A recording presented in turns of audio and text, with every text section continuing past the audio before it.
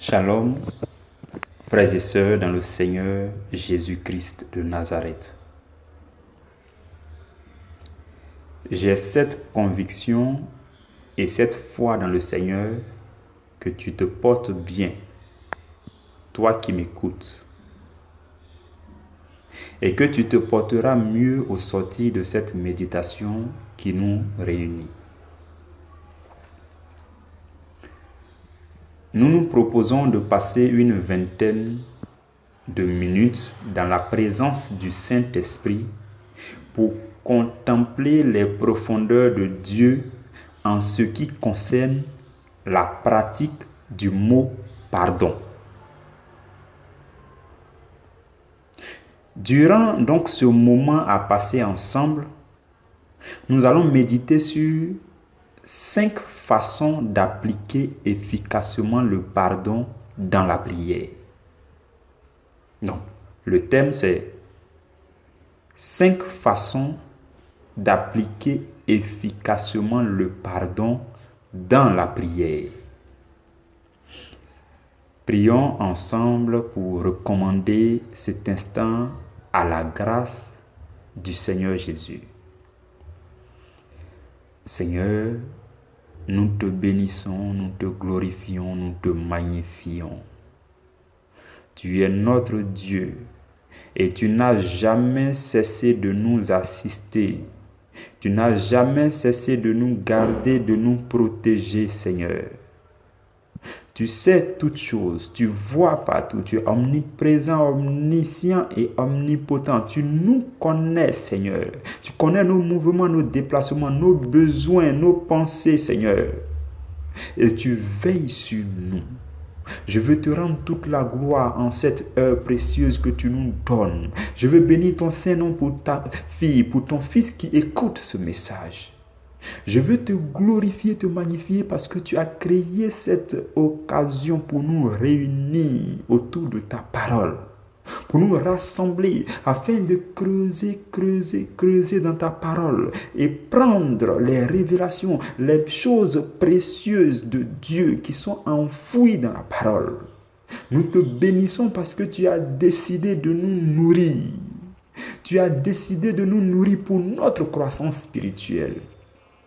Je te bénis pour cette merveilleuse heure que tu nous donnes. Et j'invoque maintenant la présence de ton Esprit Saint en tous les endroits où ce message est écouté ou sera écouté. J'invoque la gloire de Dieu, la présence de l'Esprit Saint afin de porter jusque dans les cœurs les révélations de la parole que tu vas nous enseigner en cette heure, Jésus. Je te prie, pose ta main sur nous et garde-nous. Donne à chacun de nous focaliser pour écouter ce message, Seigneur. Aide-nous et fortifie-nous, Seigneur, par ta parole. Que la gloire te revienne à jamais. Amen. Le thème central de notre méditation est donc le mot pardon. Et nous savons que le mot pardon, qui est beaucoup traité à travers la Bible, est un sujet très important pour la vie spirituelle du chrétien. Le pardon est tout aussi important que les grands sujets bibliques comme l'amour, la foi, l'humilité, la sagesse et bien d'autres. Les rancunes surchargent le cœur et font obstacle à nos prières. Elles empêchent nos prières de monter librement vers Dieu. Les rancunes provoquent le dysfonctionnement du cœur et produisent par la suite les maladies comme l'hypertension, les ulcères, les AVC, ainsi de suite. Frères et sœurs, il est vrai que lorsque quelqu'un vous offense, vous êtes blessé, vous en êtes frustré. Mais la Bible nous rassure que c'est aussi par les meurtrissures, par les blessures de Jésus que vous pouvez obtenir la guérison intérieure, la paix, le soulagement et la liberté de votre âme qui avait été blessée. Trop souvent, nous sommes nombreux à dire que nous avons pardonné à quelqu'un. Mais nous le disons seulement du bout des lèvres. Alors qu'en réalité, nous n'avons pas encore pardonné avec le cœur. Réfléchissez-y un instant. Nous ne prenons vraiment pas la peine de pardonner avec le cœur, de sorte à avoir un cœur libéré et sans rancune. La preuve en est que nous revenons souvent sur les faits dans nos causeries, dans nos discours. Et sans nous en rendre compte, nous condamnons celui que nous étions censés pardonner. Nous médisons à son propos et nous contribuons à le lier spirituellement. Frères et sœurs, voici ce que nous faisons des fois. Chacun de nous a donc besoin de savoir comment aborder la question du pardon. Comment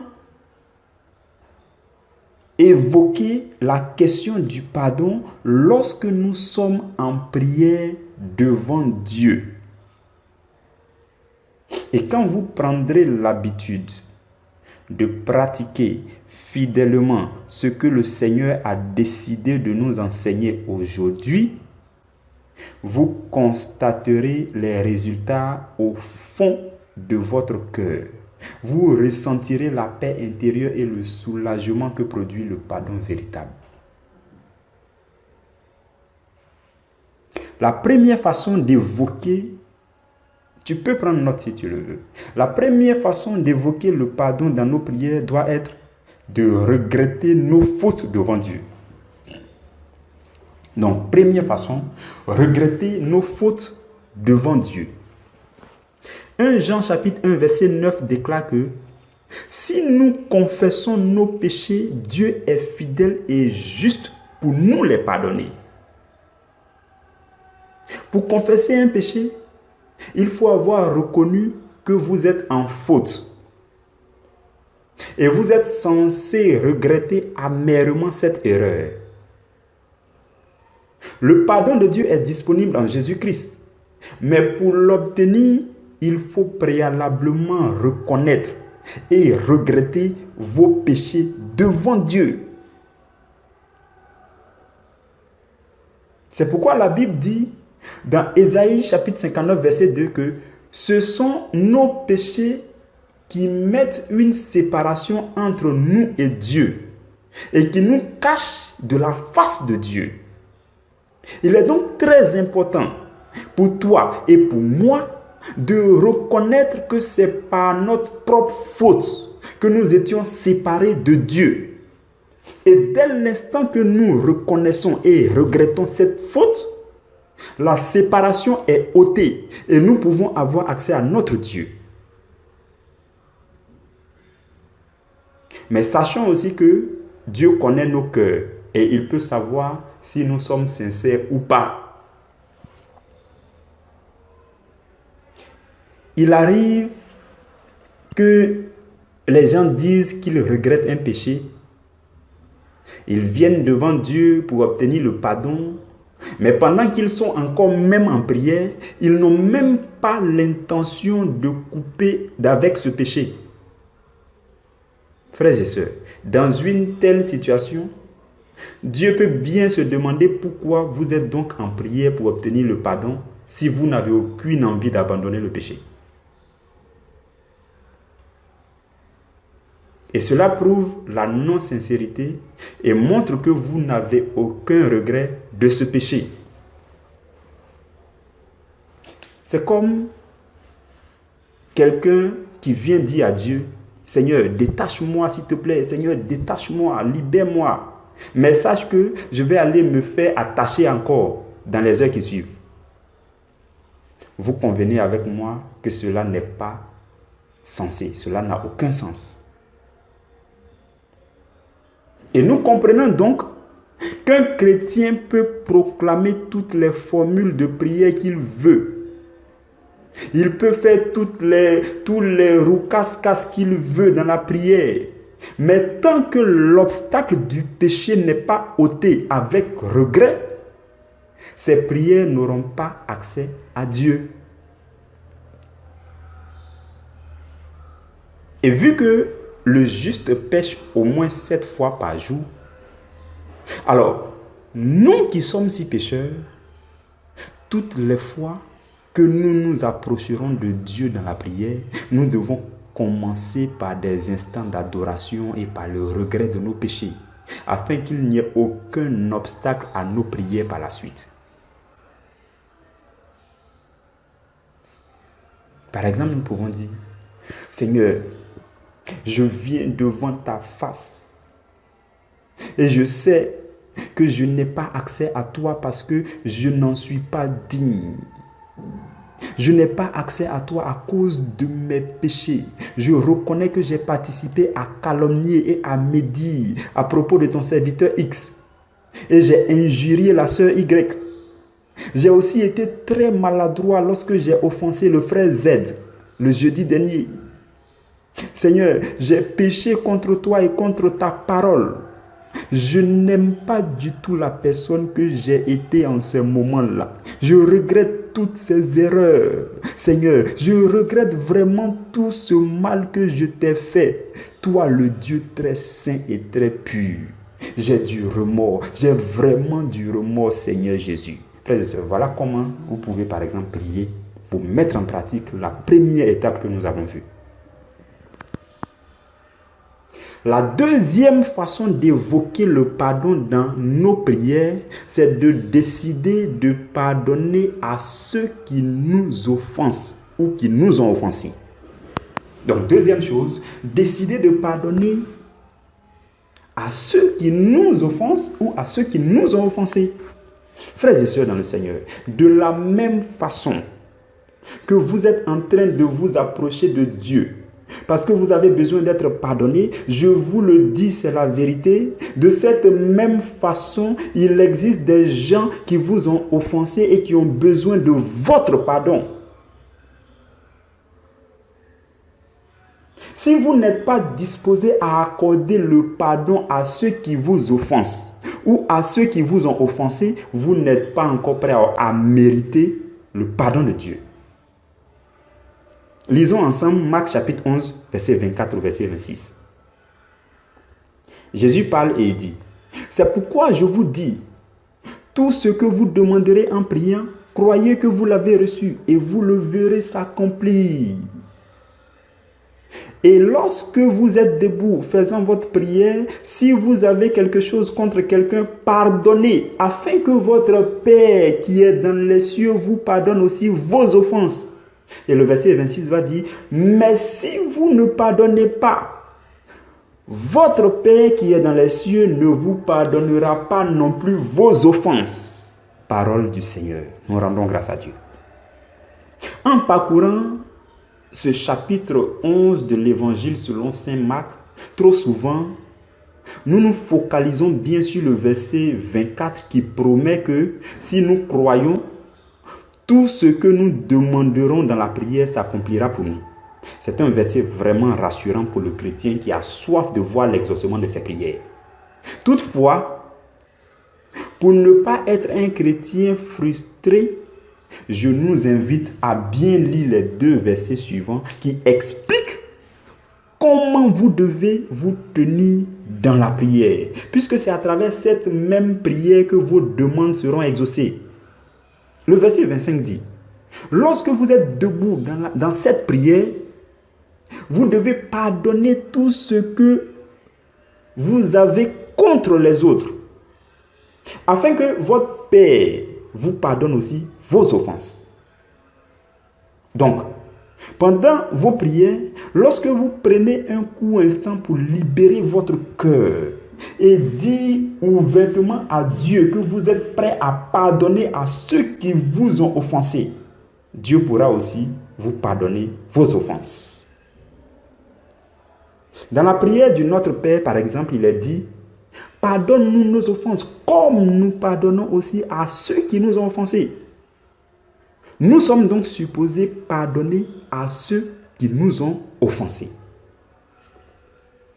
Frères et sœurs, à partir d'aujourd'hui, apprenez à dire, par exemple, dans vos prières, Seigneur, je regrette mes péchés et je voudrais bien que tu me pardonnes. Mais avant, je voudrais te dire qu'un tel frère, une telle sœur m'a blessé. Ils m'ont vraiment frustré et je décide aussi de ne plus leur retenir ses fautes. Je leur pardonne et je laisse tomber ce qu'ils m'ont fait. Frères et sœurs, voici un exemple de comment vous pouvez prier devant Dieu en pardonnant à ceux qui vous ont offensé. Cela est très important et doit se faire avec sincérité de cœur pendant votre prière. La troisième façon d'évoquer le pardon dans nos prières doit être de demander pardon à Dieu pour nos fautes et aussi pour les autres. Donc la troisième chose, c'est demander pardon à Dieu pour nos fautes et aussi pour les fautes des autres. Vu que nous avons pris le temps de pardonner à ceux qui nous ont offensés, selon le verset 25 de Marc chapitre 11, les conditions sont remplies pour obtenir le pardon de Dieu. Et nous devons recevoir ce pardon non seulement pour nous-mêmes, mais aussi pour tous ceux qui ont commis les mêmes types de péchés que nous avons commis. Et aussi pour tous ceux qui nous ont offensés et à qui nous venons de pardonner. Si vous avez commis un péché de mensonge et que vous l'avez regretté, alors vous devez pardonner. Vous devez demander pardon à Dieu pour tous les chrétiens qui sont victimes du mensonge. Si vous regrettez d'avoir commis un vol, une corruption ou quelque autre péché que ce soit, vous devez profiter de votre temps de prière pour demander à Dieu le pardon pour tous les chrétiens qui ont commis les mêmes types de péchés. Vous devez également demander à Dieu d'accorder son pardon à vos proches qui vous ont offensé ou qui vous offensent et à qui vous avez décidé de pardonner à l'étape précédente. Frères et sœurs dans le Seigneur, en mettant rigoureusement en pratique cette étape, vous vous sentirez chrétien et intercesseur pour la cause des autres enfants de Dieu. Nous passons à la quatrième façon d'évoquer le pardon dans vos prières. La quatrième façon d'évoquer le pardon, c'est de décider de faire la paix avec ceux qui vous ont offensé. Pendant que vous êtes devant le Seigneur, vous devez décider devant Dieu de faire la paix. À partir d'aujourd'hui, à partir de ce jour, de faire la paix avec ceux qui vous ont offensé. Le plus souvent, c'est nos comportements bien après nos temps de prière qui attestent réellement à Dieu que nous avons été sincères ou non dans tout ce que nous avions dit en prière. Et cela peut également déterminer si nos demandes seront exaucées plus vite ou pas. Je ne le dis pas pour vous faire peur, mais pour que nous puissions joindre l'acte à nos paroles. Pour Dieu, il sera absurde que vous priez pour quelqu'un et que vous ayez dit même que vous lui avez pardonné ses offenses. Et après votre temps de prière, vous vous retrouvez en train de haïr cette même personne. Dieu prend son temps pour tester notre honnêteté. Alors, prenons aussi le temps d'être honnêtes à l'égard de ce que nous avons dit quand nous étions en prière devant Dieu. À cette quatrième étape-là, vous devez décider de faire la paix avec vos proches qui vous ont offensé et à qui vous avez pardonné. Si vraiment vous leur avez pardonné comme vous l'avez déclaré devant Dieu, vous n'aurez aucun problème à vivre dans la paix avec eux. Vous devez donc décider, pour ce qui vous concerne, de vivre dans la paix et dans la bonne humeur avec tous ceux qui vous entourent. Vous pouvez par exemple dire dans votre prière, Seigneur, à partir d'aujourd'hui, je veux être en paix avec toi et avec ta parole. Je veux aussi être en paix avec mes proches, avec ceux qui m'ont offensé et à qui je viens de pardonner. Je veux vraiment oublier leurs offenses et vivre dans la paix et dans la joie avec eux. Lorsque je rencontrerai ton serviteur X, je vais m'excuser auprès de lui et pouvoir échanger joyeusement avec lui. Quand je croiserai la sœur Y, je veux la regarder avec un amour divin. Je désire vraiment revoir le frère Z pour lui démontrer que je n'ai plus rien contre lui. Seigneur, je le désire vraiment. Voilà comment vous pouvez prier. La cinquième façon d'évoquer le pardon dans la prière, c'est de demander la force pour devenir meilleur dès après le temps de prière. Donc, la cinquième chose, c'est que pendant que vous êtes en prière, vous devez demander à Dieu la force pour devenir meilleur dès après votre temps de prière. Quand vous allez sortir au quartier, vous serez en train de marcher, vous devez devenir meilleur, vous devez changer. Le pardon que Dieu nous accorde s'accompagne toujours de la force nécessaire pour ne plus recommencer les mêmes fautes. Je le répète, le pardon que Dieu nous accorde s'accompagne toujours de la force nécessaire pour ne plus recommencer les mêmes erreurs. Cette force spirituelle est une grâce que Dieu nous accorde pour ne plus recommencer. Et nous la recevons lorsque nous la demandons à Dieu. Si vous avez pu regretter vos péchés et que vous l'avez fait avec sincérité, c'est sans doute parce que vous envisagez de devenir meilleur. Si vous aviez une capacité propre à vous pour devenir meilleur, vous l'auriez été.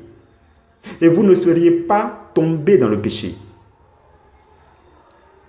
C'est donc parce que vous êtes faible que l'ennemi a pu vous attirer dans le péché. Dieu le sachant, il a prévu pour vous une capacité surnaturelle pour vous rendre meilleur, pour vous faire voir les pièges de l'ennemi et pour ne plus jamais chuter de cette même manière. Frères et sœurs, dans cette dernière étape, vous devez avouer à Dieu la faiblesse de votre chair. Vous devez reconnaître que vous êtes faible et demander au Saint-Esprit de venir vous aider à être meilleur. Vous serez alors fortifié dans votre esprit pour une meilleure vie de sanctification. Chers frères et sœurs, nous sommes à la fin de notre méditation sur les 5 étapes qui nous permettront d'être soulagés par la pratique du pardon. Je nous les rappelle très rapidement. La première chose, c'est de regretter nos fautes devant Dieu. La deuxième chose, c'est de pardonner à ceux qui nous offensent ou à ceux qui nous ont offensés. La troisième chose, c'est de demander pardon à Dieu pour nos fautes et pour les fautes des autres. La quatrième chose, C'est de décider de faire la paix avec ceux qui nous ont offensés. Et la dernière chose, c'est de recevoir la force pour devenir meilleur. Nous devons vraiment mettre en pratique, en application, toutes ces 5 étapes. Par exemple, vous ne pouvez pas appliquer les 4 premières étapes et laisser la 5e. Puisque c'est la 5e qui vous permet de recevoir le secours et la force du Saint-Esprit pour vous améliorer dans votre vie de sanctification. Aussi, vous ne pouvez pas mettre de côté la 4e étape, puisque à travers cette étape, vous montrez à Dieu que par votre élan, par votre décision de faire la paix avec vos proches, vous êtes prêt à mettre votre volonté à contribution. Seigneur, je veux te rendre toute la gloire. Je bénis ton Saint-Nom, Seigneur, et je voudrais que toute la gloire monte vers toi. C'est toi seul qui mérites la gloire. Je voudrais que, Seigneur, ton nom soit magnifié pour ce que tu viens de faire pour nous, pour ce que tu viens de faire de nous, Seigneur. Tu viens de nous donner une parole qui transforme.